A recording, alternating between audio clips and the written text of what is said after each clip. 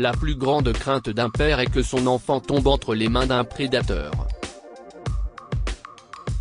Ben Lessing, père célibataire, a imaginé le pire lorsqu'il s'est rendu compte que sa fille rentrait tard tous les jours. Ben Lessing n'avait que 27 ans et était l'un des développeurs de logiciels les plus brillants et les plus prometteurs de la Silicon Valley. Il travaillait pour une grande entreprise et gagnait une fortune, mais il voulait plus. Ben avait un rêve. Un jour, il rentra chez lui et annonça à Diane, sa femme depuis 4 ans, qu'il quittait son emploi. « Comment allons-nous vivre ?» cria-t-elle. « Et Suzy ? Quel genre de père es-tu » Diane n'a pas attendu pour savoir quel genre de père son mari allait être. Elle s'est enfuie avec l'un des riches investisseurs de Ben, laissant derrière elle Suzy, âgée de 2 ans. Ben s'est lancé dans le développement de sa start-up et a installé un parc pour enfants dans un coin de son bureau.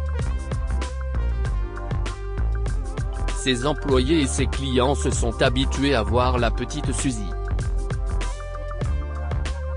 Ils ont accepté que Ben interrompe des réunions importantes pour donner une collation à Suzy ou pour la calmer lorsqu'elle faisait une chute. Ben était d'abord un père, puis un homme d'affaires. Il s'est avéré qu'il était brillant dans les deux domaines. Son entreprise a décollé, lorsqu'il est entré en bourse 4 ans plus tard, il est devenu multimillionnaire. Aussi riche soit-il, le mode de vie de Ben n'a pas beaucoup changé. Il vivait dans une belle maison confortable, mais refusait d'acheter un manoir.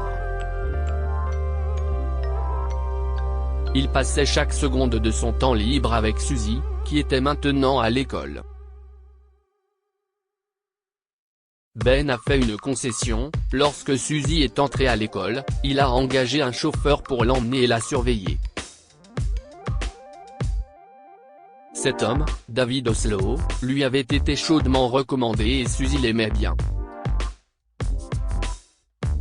C'est David qui est allé chercher Suzy à l'école et l'a conduite à la danse classique, à la natation, aux cours de dessin et à l'entraînement de football. Suzy semblait très satisfaite de cet arrangement. Un après-midi, alors que sa fille avait 10 ans, Ben lui dit, « Suzy, et si je prenais mon après-midi pour aller te chercher moi-même à l'école aujourd'hui ?» Suzy sursauta, comme si elle avait été piquée par une épingle. « Écoute, papa, ça ne va pas être possible pour moi, » dit-elle. « J'ai beaucoup de choses à faire. David peut venir me chercher, d'accord ? Tu préfères que ce soit David qui vienne te chercher ? » demanda Ben. Suzy haussa les épaules et roula des yeux. « Comme du… » dit-elle. « Qui veut des papas à la porte de l'école ?» Ben n'a rien dit, mais il était blessé. De plus, quelque chose ne lui semblait pas normal. La façon dont sa fille avait sursauté lorsqu'il avait proposé de venir la chercher. C'était comme si elle cachait quelque chose. Cet après-midi-là, Ben arriva à la maison à 17 h et vit Suzy sortir de la voiture de David, 2 heures plus tard qu'elle n'aurait dû le faire. « Où étais-tu » demanda-t-il à Suzy. « Je faisais des trucs », dit-elle nonchalamment. « Quel truc, Suzy » demanda Ben. « Tu es la police maintenant » lui demanda sa fille d'un air contrarié. « Mes affaires privées, d'accord ?» Suzy rentra dans sa chambre et claqua la porte.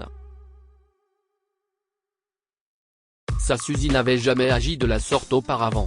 Ben pensa à en parler à David, mais il hésita. David savait que Suzy aurait dû rentrer à 15 h, et non à 17 h.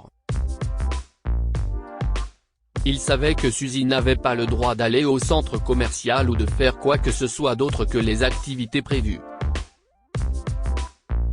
Alors pourquoi ne l'a-t-il pas signalé à Ben? À moins que... David pourrait-il faire partie des affaires de Suzy?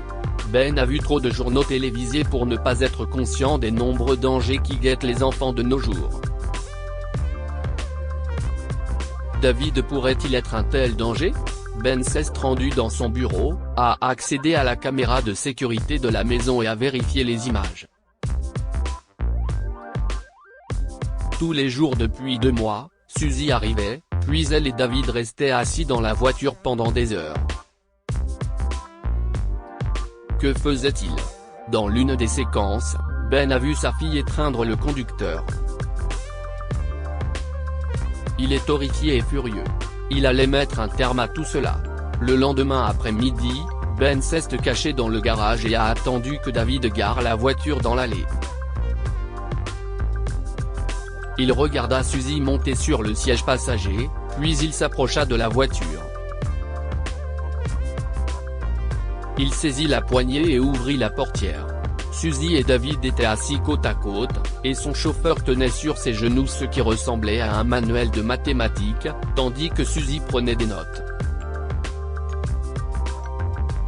Qu'est-ce ce qui se passe ici? Cria Ben. Suzy s'est mise à pleurer dès qu'elle l'a vu. Elle a poussé son père et s'est précipitée dans la maison. David est sorti de la voiture. « S'il vous plaît, monsieur », dit David. « Ne soyez pas en colère contre Suzy. Explique-toi », dit Ben en serrant les poings. « Il y a 2 mois, je suis allé chercher Suzy à l'école et elle pleurait », expliqua David. « Elle ne pouvait pas s'arrêter. Je lui ai demandé ce qui n'allait pas et elle m'a dit qu'elle avait échoué à un test de mathématiques. Elle m'a dit qu'elle était nulle en maths, que vous étiez géniaux et que vous seriez déçus. Elle était tellement bouleversée que je lui ai dit que je lui donnerais des cours particuliers. J'ai fait des mathématiques avancées à l'université, monsieur, avant d'abandonner. Mais pourquoi ne me l'a-t-elle pas dit? Demanda Ben.